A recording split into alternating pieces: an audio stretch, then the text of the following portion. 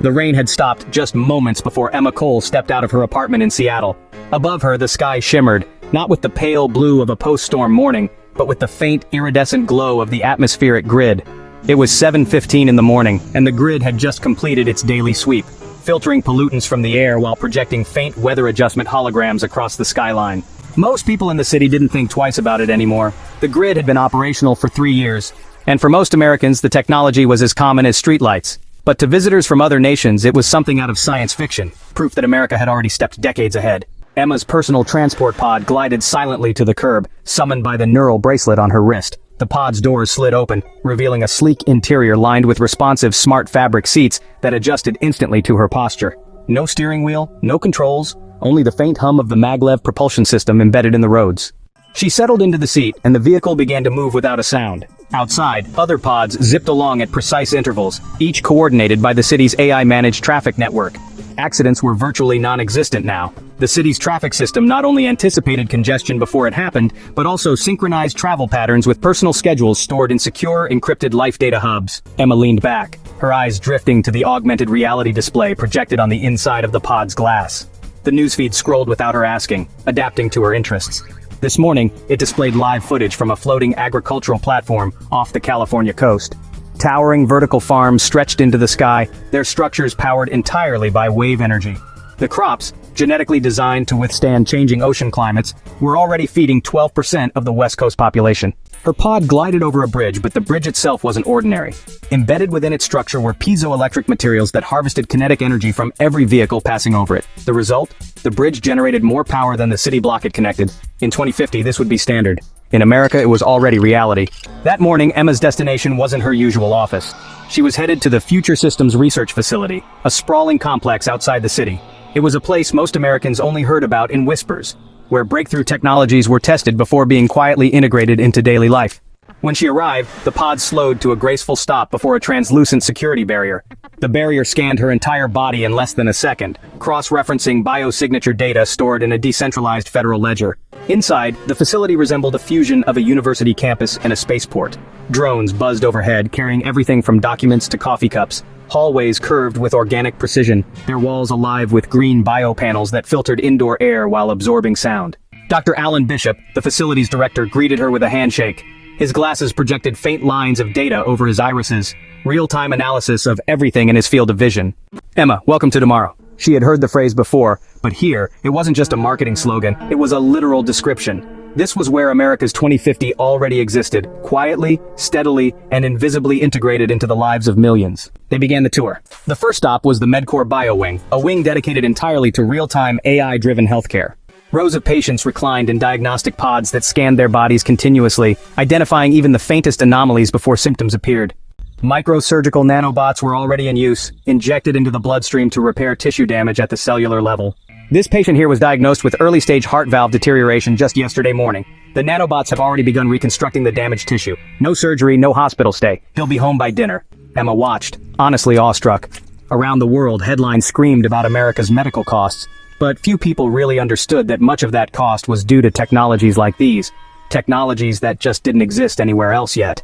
From healthcare, they moved to urban sustainability labs, entire miniature cities built inside climate-controlled domes. Here, urban planners tested AI-managed ecosystems where waste, energy, and water operated in perfect closed loops. In one dome, Emma saw a city where no trash existed. Organic waste fed vertical farms, and non-organic materials were atomically recycled into raw manufacturing feedstock. In another dome, climate was not dictated by nature but optimized by algorithms for human comfort, energy efficiency, and ecological stability. Outside of America, such cities were a concept in architectural papers. Here they were functioning prototypes. But what struck Emma most wasn't the technology, it was the subtlety of its presence in everyday life. There were no flashy sci-fi aesthetics or constant reminders that the future had arrived. Instead, the advancements were embedded so naturally into society that most citizens never stopped to question them. She realized that this was the ultimate proof. The future wasn't about giant leaps that disrupted life overnight. It was about invisible evolution, so seamlessly integrated that by the time people noticed, they were already living in 2050. The deeper Emma went into the Future Systems Research Facility, the more she realized something. America's technological lead wasn't an accident.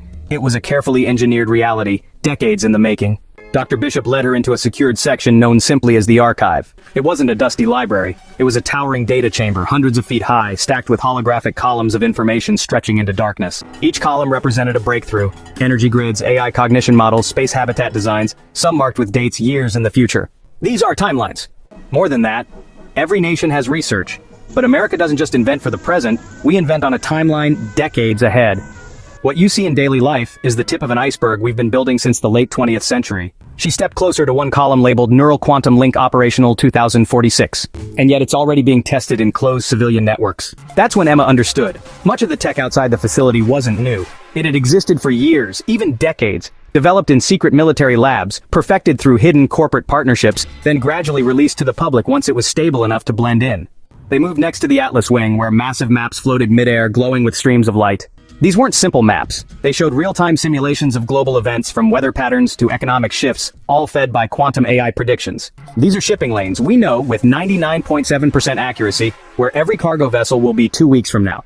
The same predictive algorithms control agriculture yields, energy output, even medical supply chains.